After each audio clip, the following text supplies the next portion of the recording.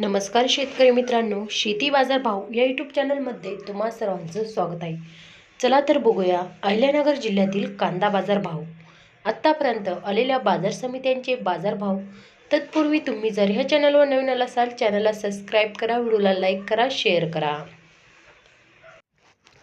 घोडेगाव निवास लाल कांदा बाजारपेठ कैम दर 300 रुपये क्विंटल, सर्वसाधारण दर 900 रुपये क्विंटल, जास्तीत जास्त दर 1400 रुपये क्विंटल.